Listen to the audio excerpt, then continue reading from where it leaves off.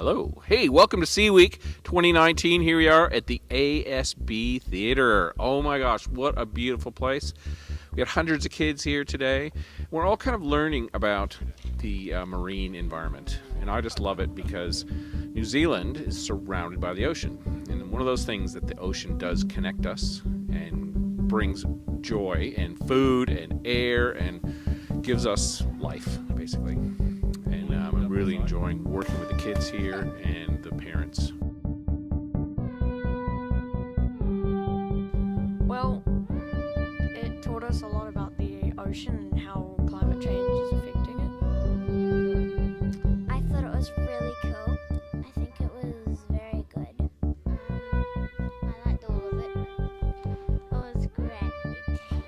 I thought that the show was really cool and there was lots of explosions and loud noises and heaps of colourful confetti.